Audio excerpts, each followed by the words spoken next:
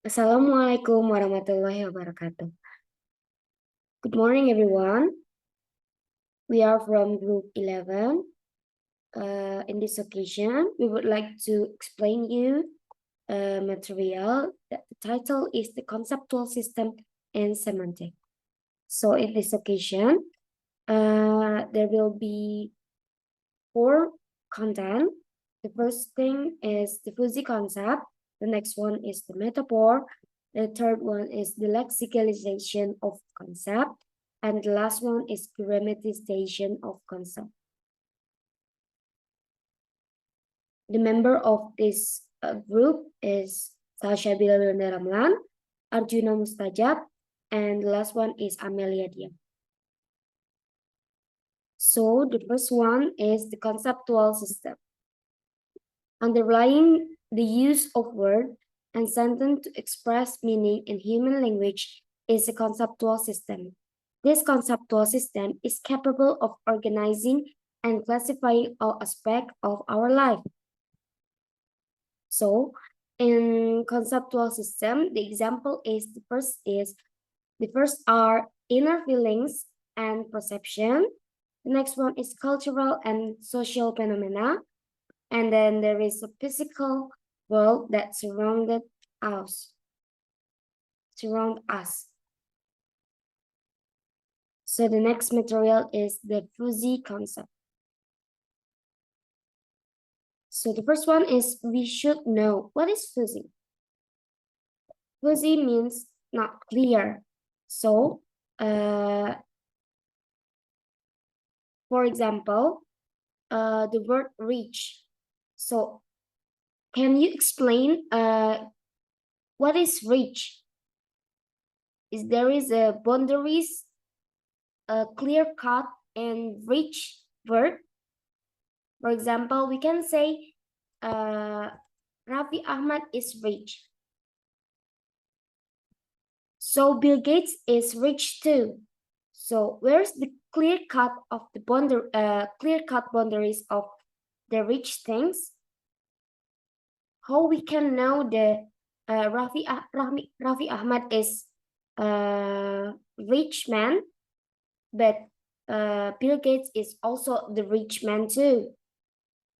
So the fuzzy rich include to the fuzzy concept things.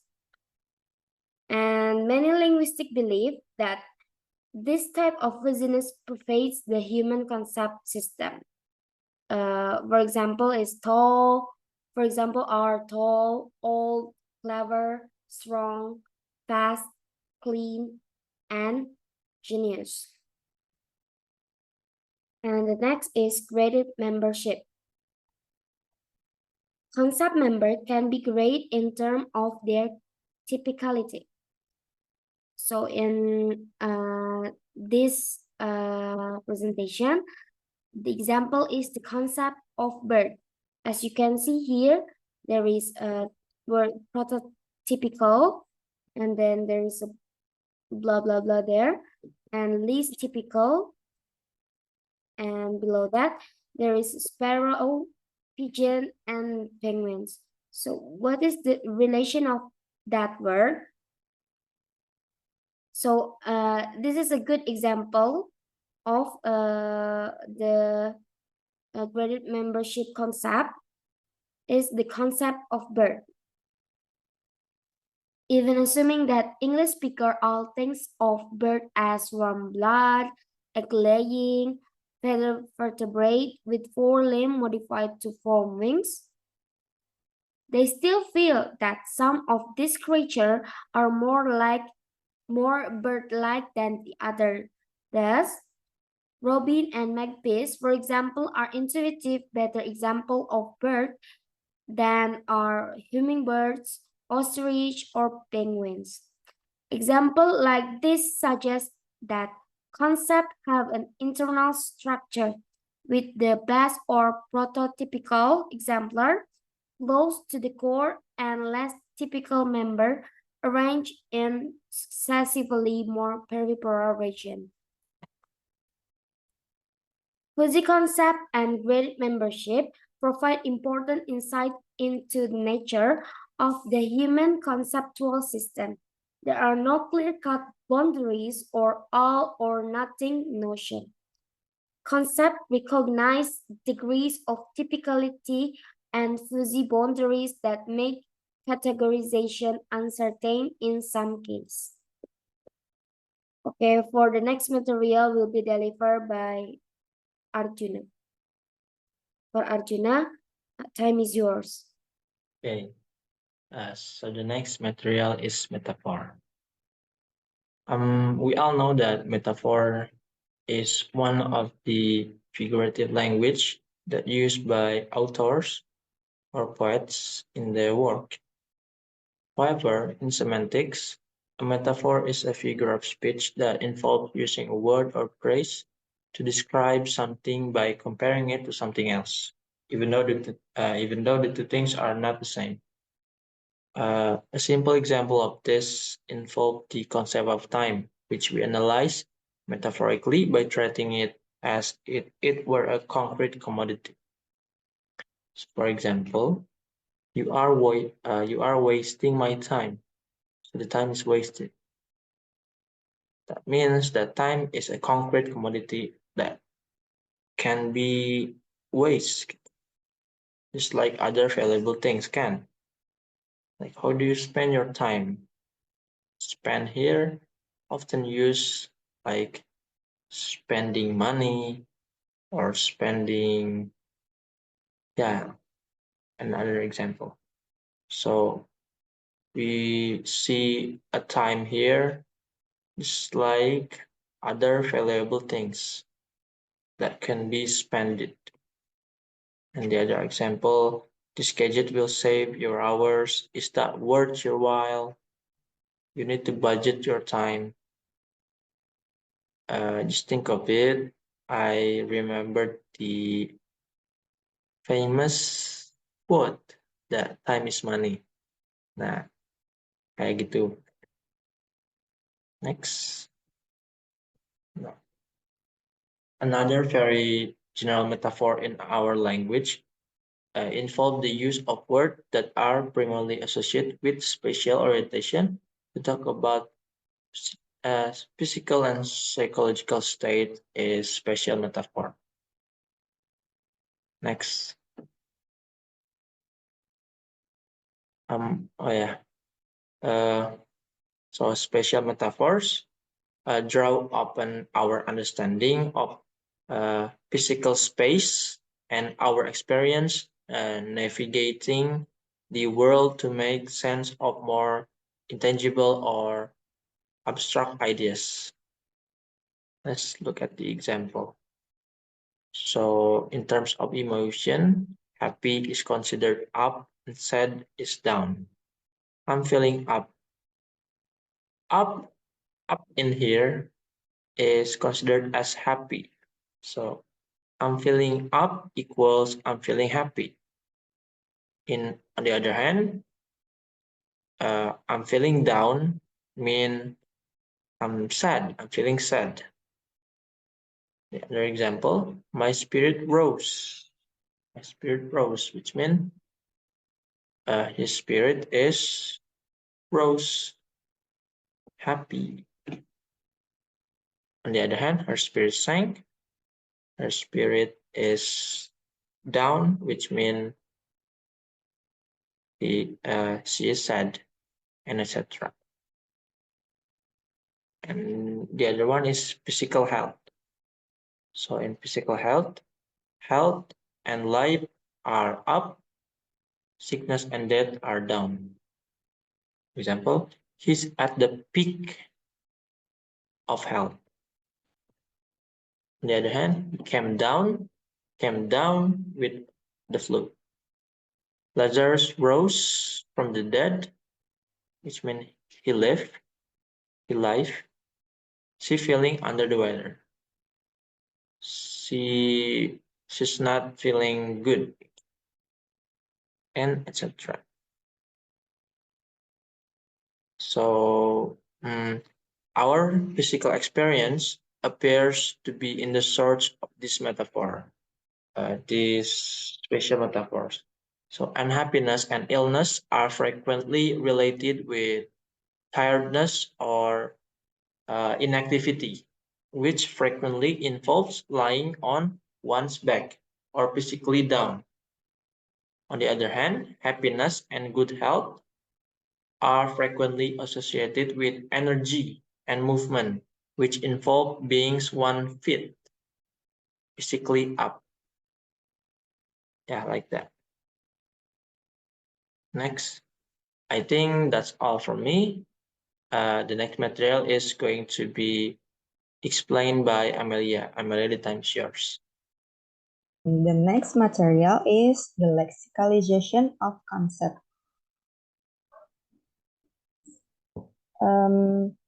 At the present times, there is no reason to believe that human beings in different linguistic communication have different conceptual systems, but there is ample evidence that language can differ from each other in terms of how they express concepts.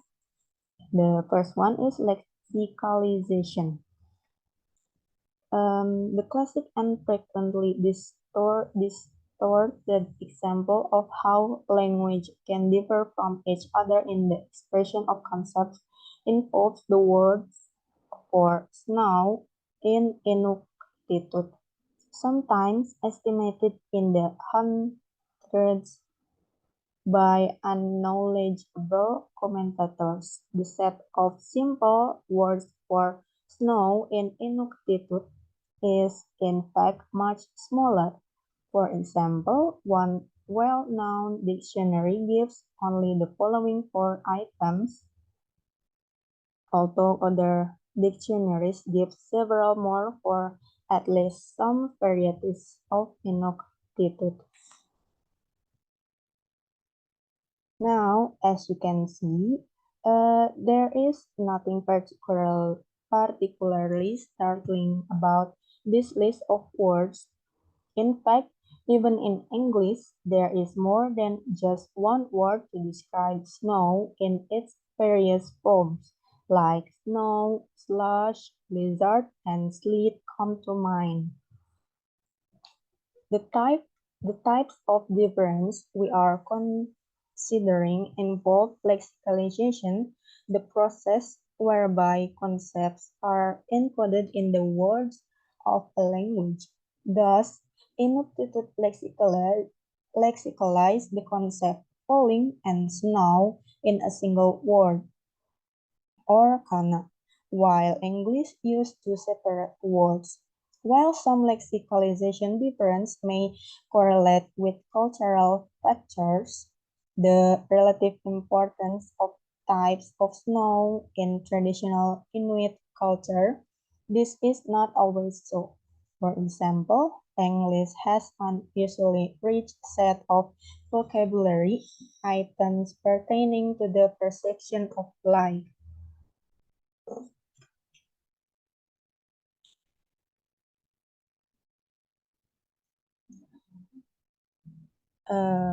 Although most English speakers now and use the words in this list, it is hard to see how the variety found in this particular area of vocabulary can be correlated with any identifiable feature of our culture or society.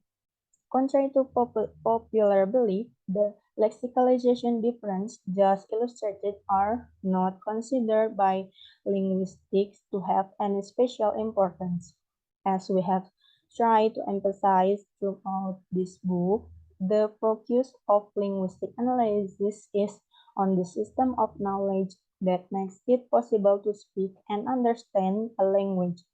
The fact that a particular language has more words pertaining to snow or like does not in and of itself provide any insight into the nature of the human linguistic system, and therefore does merit special attention. However, as we will see in the next subsection, there are lexicalization difference whose properties can shed light on how linguistic systems express meaning. And the next is motion verbs. All language have words that can describe motion through space, in English, come, go, and move, among many others. However, a recent work suggests that there may be systematic difference in terms of how language express motion and the concepts related to it. In English, for example, there are many verbs that can simultaneously express both the concept of motion and the manner in which the motion occurs.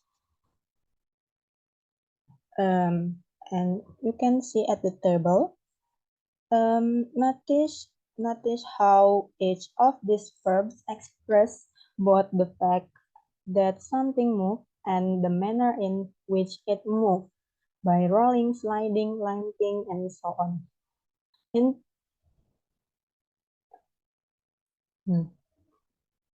Interestingly, Romance language, descendants of Latin, cannot express motion even in this way. Thus, while Spanish has a verb rodar with the meaning to roll, it doesn't use this verb to express both manner and motion as English does. However, Spanish does have a series of verbs that jointly express the concept of motion and the path along which it occurs. Now you see the table as the English translation shows. Spanish verb of motion express both the concept of movement and the direction of its path, down, up, back, across, out, and so forth. Another lexicalization option is found in the Amerindian language at Atsugewi, spoken in Northern California, in which verbs can express both motion and the type of thing that moves.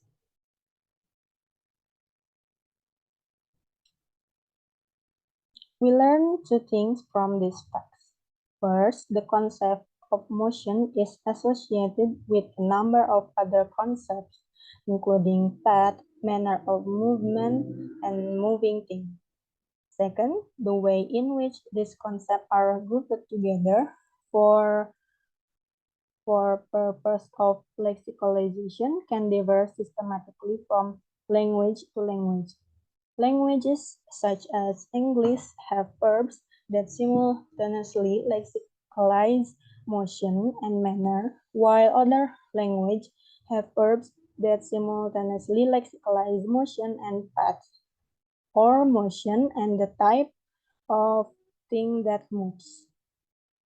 The general picture that is emerging from this type of work is consistent with the key idea underlying componential analysis.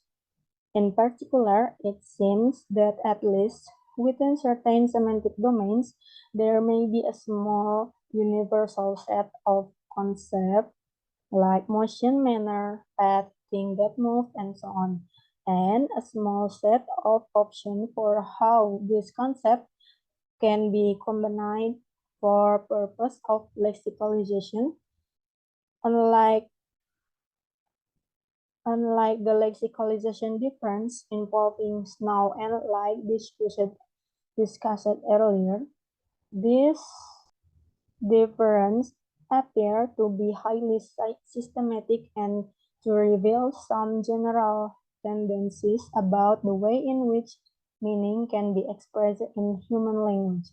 Further work of this type should provide additional insight into the organization of the human conceptual system, as well as the ways in which its component notion can be lexicalized in human language.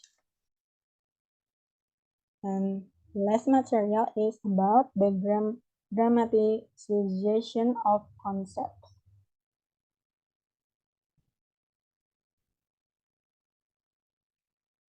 Of the indefinitely large set of concepts expressible in human language, a relatively small subset enjoys a special status. These concepts are lexicalized as affix and non-lexical or functional categories in one language or another. Concepts that are expressed as affixes or non-lexical categories are said to have been grammatized.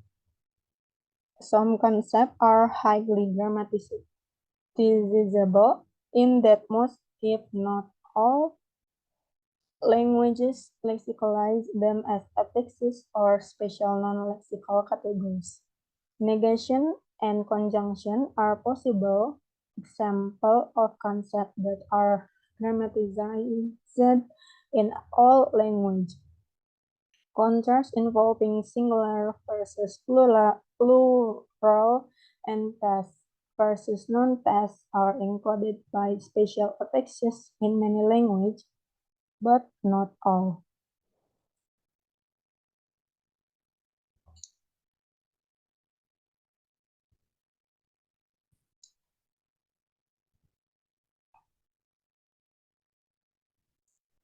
And this is Hidatsa assertion morphemes. In Hidatsa, each statement is accompanied by a morpheme to indicate which of the following 5 categories it exemplifies. Still other markers are used for questions, comments, and wishes. Choice of the appropriate assertion particle is extremely important in Hidatsa. A speaker who utters a false sentence marked by the particle ski is considered to be a liar. Had he or she used the particle "c", on the other hand, it would be assumed that he or she simply made a mistake. While English has way of indicating this contrast by using expressions such as perhaps, I heard that, and I guess, it doesn't have a grammatical system of morphemes that obligatorily encodes this information in every sentence. By investigating the grammaticization option found in different language, it may eventually be possible to identify the factors that determine which concepts are singled out for association with affixes and non-lexical categories. And that's all for me. Thank you for your attention.